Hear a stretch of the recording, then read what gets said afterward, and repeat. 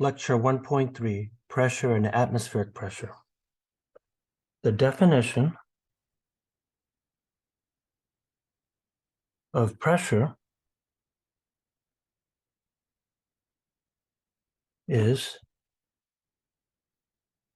pressure is equal to force, and in some cases, most cases, weight divided by area.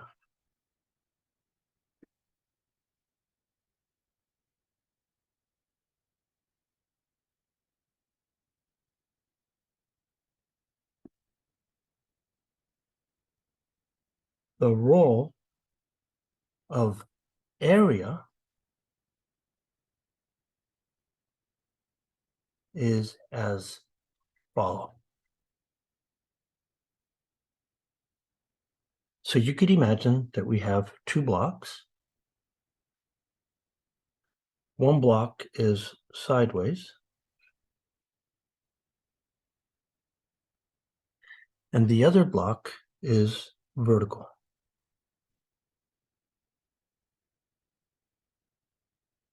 So when I look at this block, you can clearly see that this guy has a larger area on the surface of the table. On the other hand, this block has a smaller area.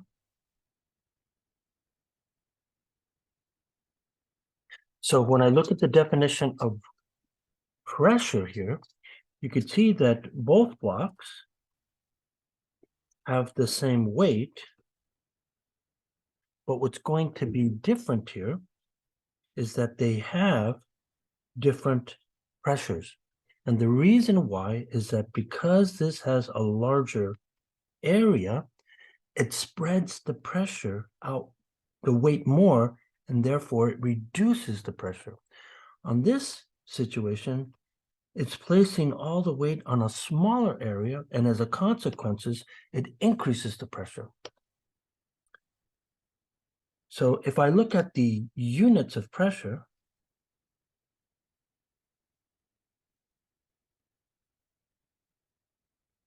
what we see here is that a unit of pressure must be a unit of weight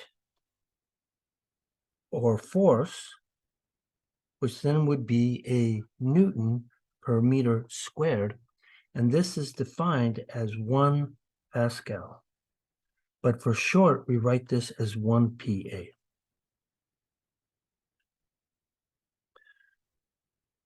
So what I want to do here is to give you a sense of a Pascal.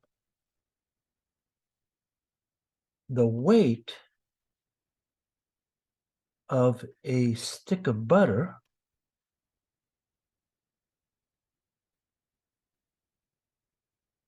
is about 1 Newton.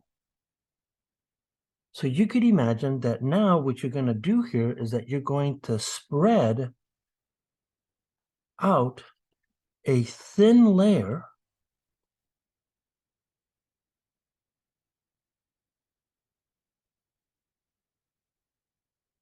onto a 1 meter squared table.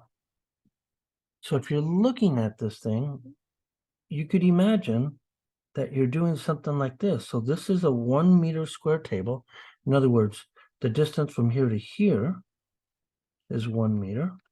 The distance from here to here is 1 meter.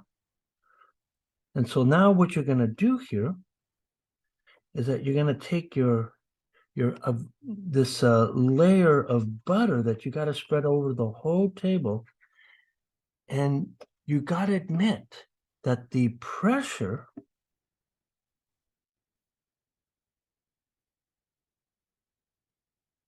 due to an extremely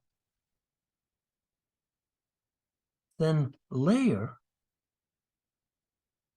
is extremely tiny. In fact, it's 1 Pascal of pressure. So in real life, we don't deal with pascals, we deal with hundreds of thousands of pascals. So to get a sense of a pascal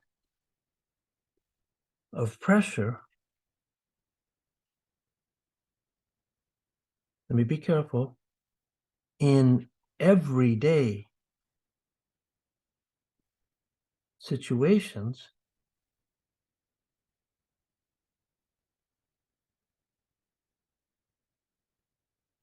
we have to introduce atmospheric pressure.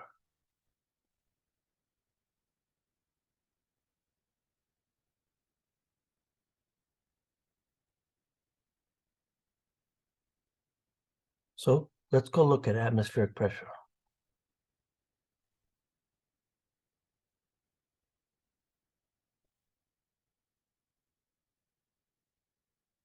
Just for the sake of background, I'll go into some detail, but definitely not exhaustive details. So the first thing that we should say here is that at standard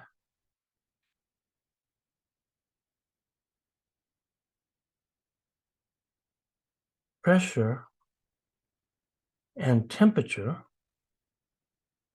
and this goes by the acronym SPT,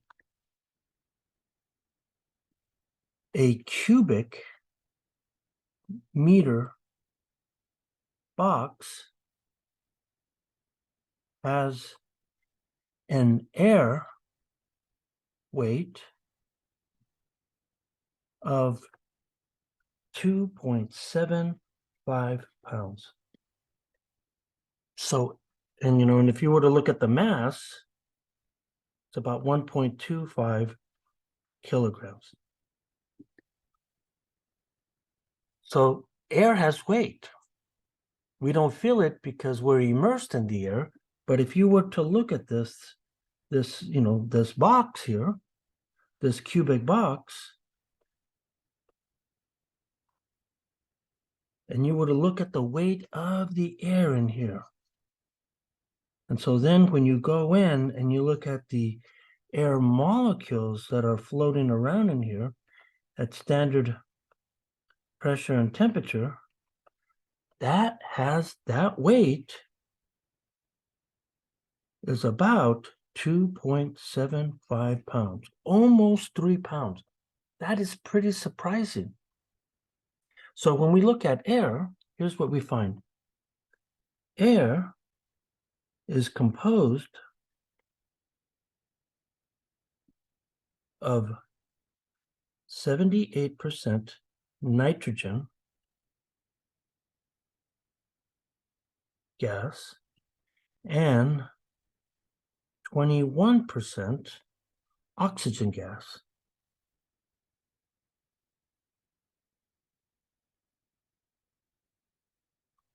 All of this air is contained within the atmosphere.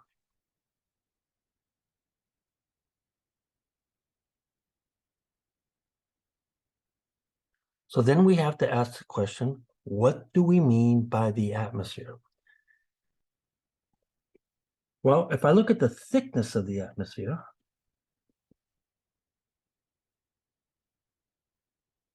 oops.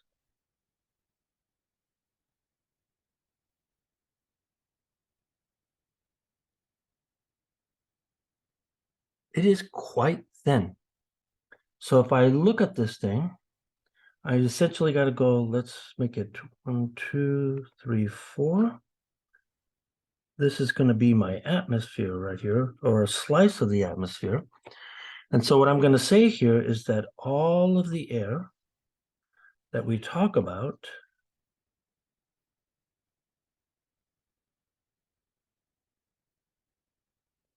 is 40 kilometers high. So this is 40 kilometers high, 40,000 meters.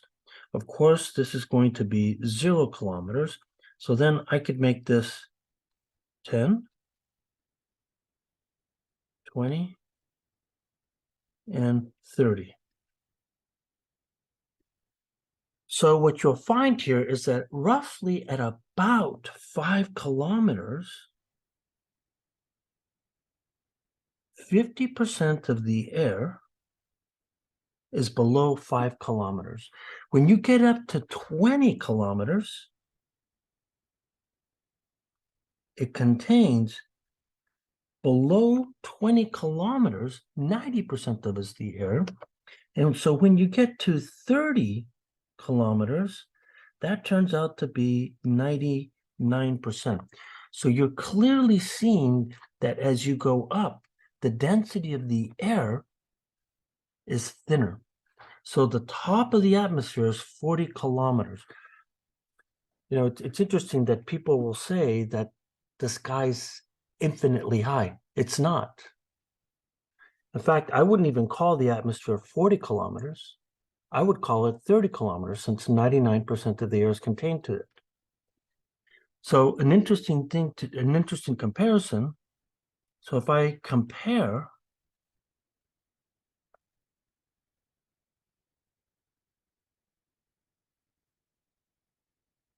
Earth's radius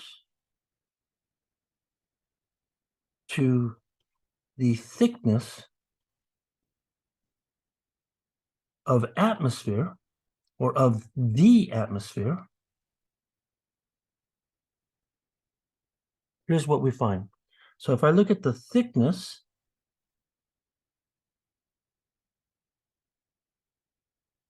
compared to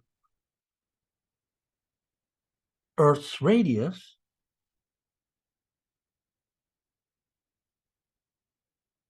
here's what you find. This guy is 1,200 kilometers. 99% of air is really at 30 kilometers. This gives you 0.0, nope, let me be careful, 0.234%. It's not even half of a percent. It's like 1/4% of the thickness is tiny, tiny. So what we could say here is that the 30 kilometer mark, which is about 18 miles, shows the atmosphere is like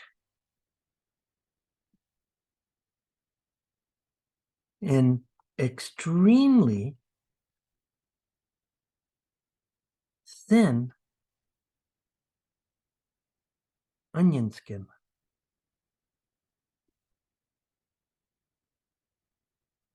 On the Earth. It is extremely thin. So just as, again, more background information, we could say this. We could then ask, so why does the Earth have an atmosphere to begin with? And there's two things. So the first thing that we should say here is that the sun heats up the air.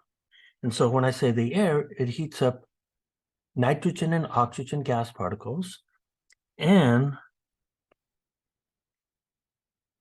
these air particles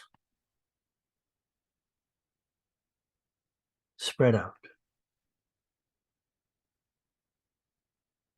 So what I mean by that is that the slowest ones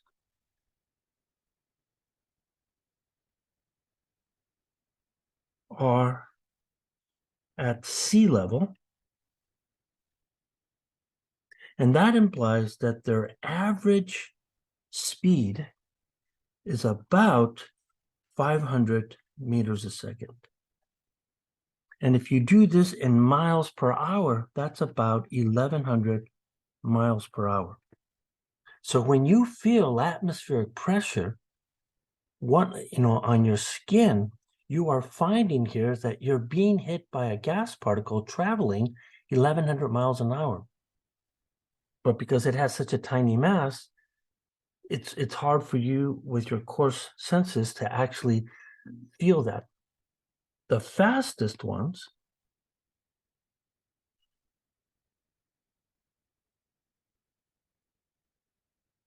go to the top of the atmosphere. And when you look at these speeds are about at the escape velocity. So that means that these guys are going about 1100 meters a second, which is about 25,000 miles per hour. So not all air molecules are traveling the same speed. So there are some, that's a very interesting question to go. There are air molecules that escape, but then you can have gassing from rocks that actually replenish some of that. It's actually a complicated picture and an extremely interesting picture, something that I'm not going to go into. And then we have gravity decelerates the air particles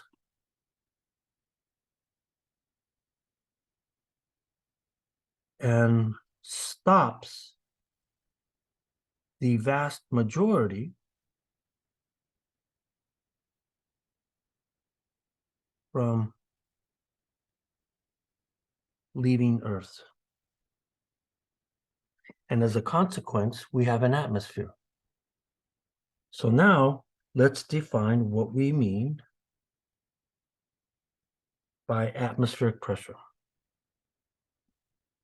Atmospheric pressure, so it's typically defined as ATM.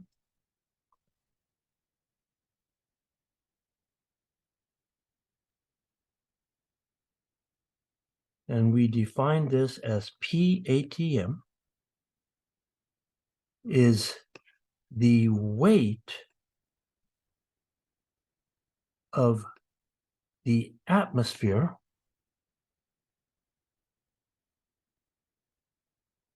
acting on you.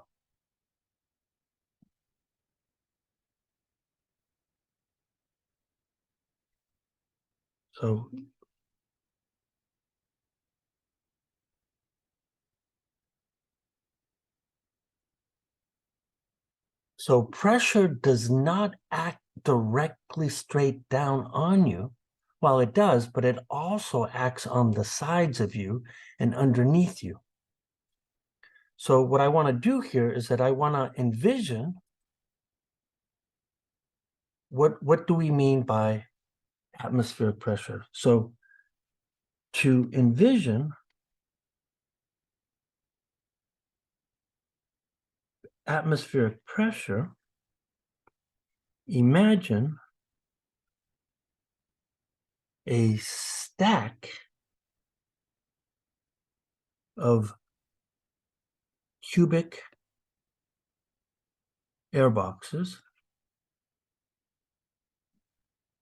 placed on a weight scale.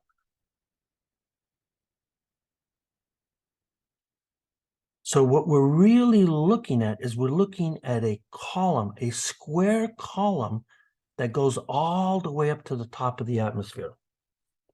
So if I look at this thing, I'm going to have something like this. So I'm going to have here's going to be the ground, right? So here's the ground. And now I'm going to have a weight scale. I'm going to have a weight scale here. And I imagine that I'm going to be compressing some type of spring here.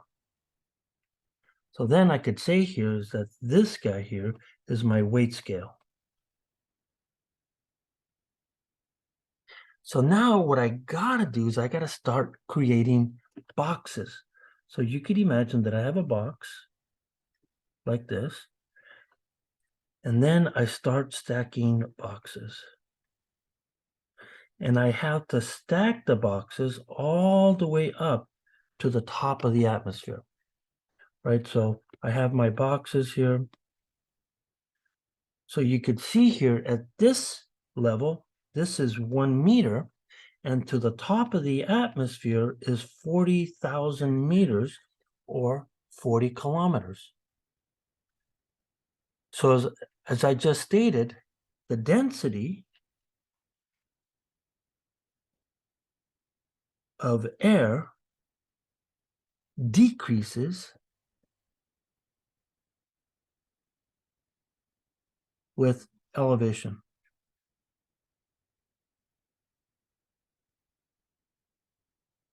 This in turn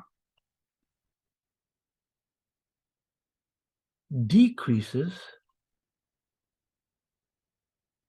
the weight of a cubic box of air. And we've already talked about that.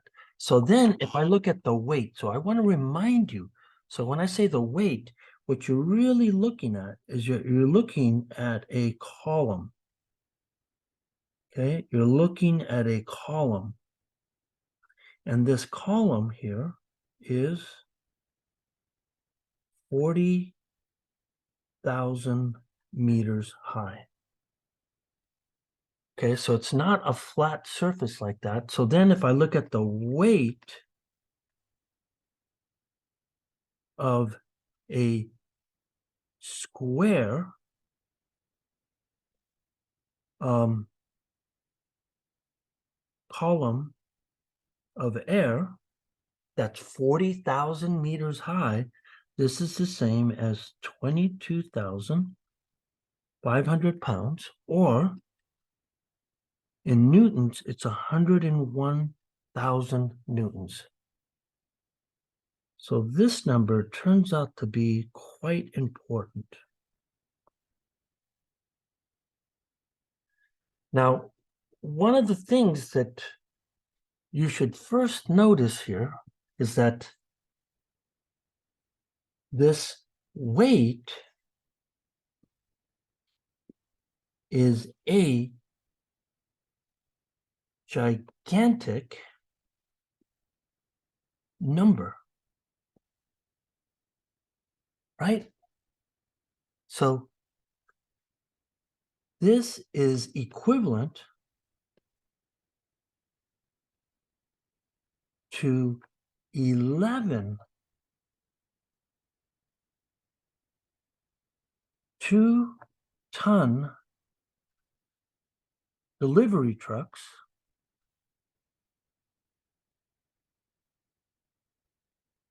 stacked on top of each other. And so what type of delivery truck am I talking about? Something like this here. So imagine 11 of these guys stacked on top of each other. These guys, 11 of these is equivalent to essentially 2,500 pounds. That is a gigantic number. And so what you're seeing here is that then P atmosphere is then going to be the weight of air divided by the area again, and that's going to be 101,000 newtons per 1 meter squared, which is then 101,000 pascals. But if you look at websites, they don't talk about hundreds of thousands of pascals, they talk about kilopascals. So this is the ATM pressure, which is a gigantic number here. This is essentially the basis of how everyday pressures are measured. So this number is the basis of how everyday pressures are measured. So as an example here, there's a couple ways that we can write atmospheric pressure. We can write it as 101 kilopascals, or this is 14.7 pounds per square inch. In other words, you'll see people in everyday situations call it PSI. So if you're looking at automobile tire, so car tires have about,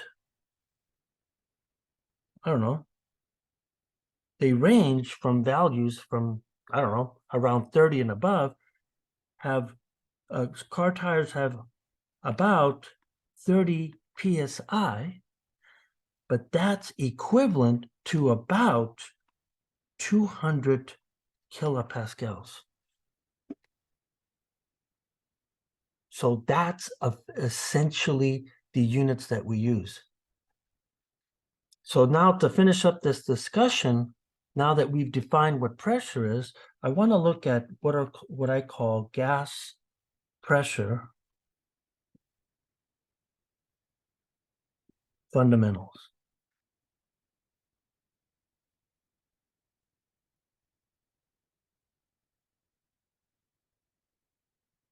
And we should list them out just to be careful. So the first thing that we should look at is that we should look at that gas pressures are really not determined by weight. Gas pressures are determined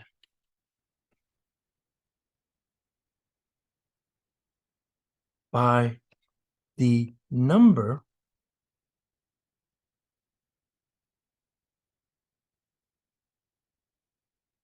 of collisions.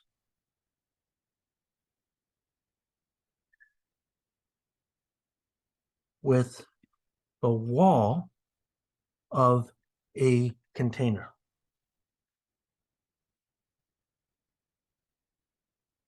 But that's really not a complete statement. But before I go there, I should really say that I really mean this. So if I have more collisions with a wall, then that implies that I'm going to have a higher pressure. If I have less collisions with a wall, then I'm going to have a lower pressure. But this is an incomplete statement. It's definitely true, but to completely envision collisions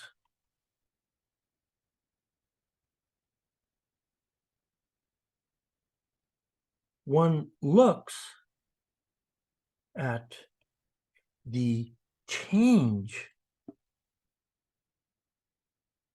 of momentum of a gas particle. Momentum plays a big role as well. So it is about the number of collisions, but it's also about the change in momentum or the impulse given by a gas particle on the wall. Here's an example. So imagine that I have a wall right here. So if I'm looking at this wall, what I'm going to see here is that now I'm going to have an incoming gas particle. It's going to come in. It's going to move in this direction, and then it's going to bounce off the wall, and it's going to go in that direction. So in other words, I'm going to have an incident momentum, and then I'm going to have a final momentum that changes the momentum of that gas particle. In an ideal gas, only collisions with the wall have to be elastic. Now, if I use the impulse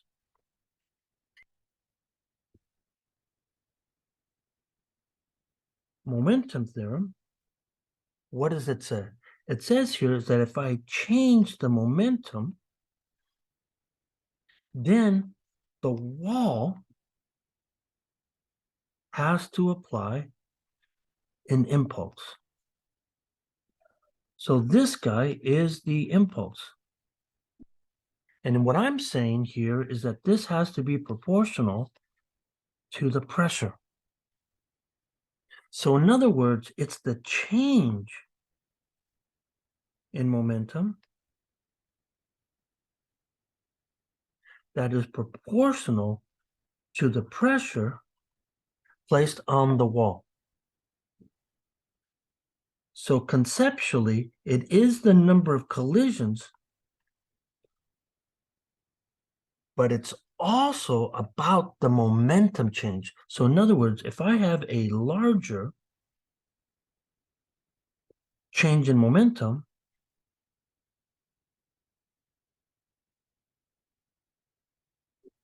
in other words, a larger impulse by the wall, then I'm going to have a higher pressure.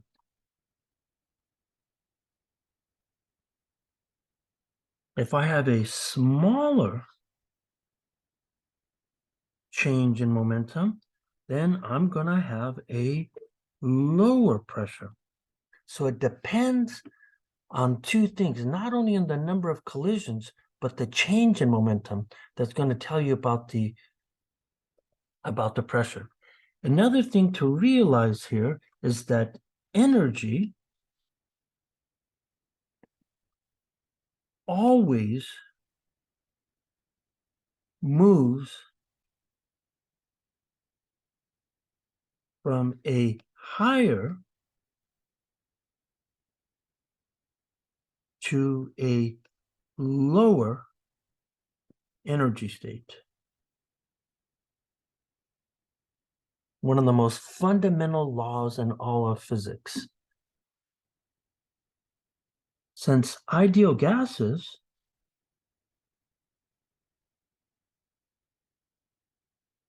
are only described by their kinetic energies, here's what we know. If I have a higher kinetic energy, then that implies a higher pressure. It's a higher pressure region. If I have a lower kinetic energy region, then I'm going to have a lower pressure region. So what this implies here is that gas pressures always move from higher to lower pressure regions.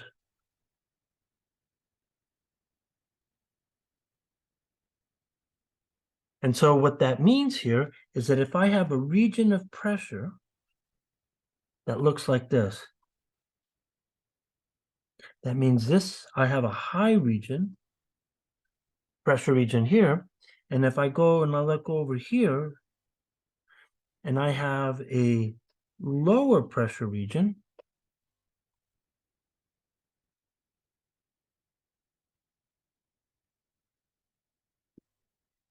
then I know that my system will always move from a high to a low pressure region.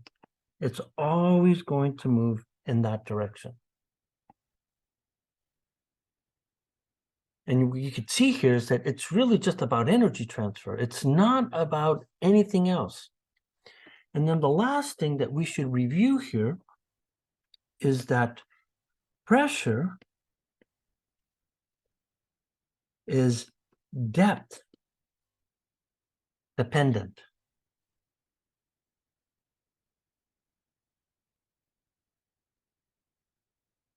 And what I want to do here is that I want to consider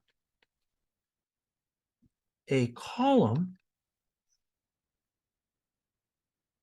of a gas where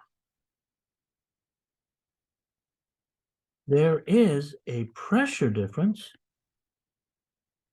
between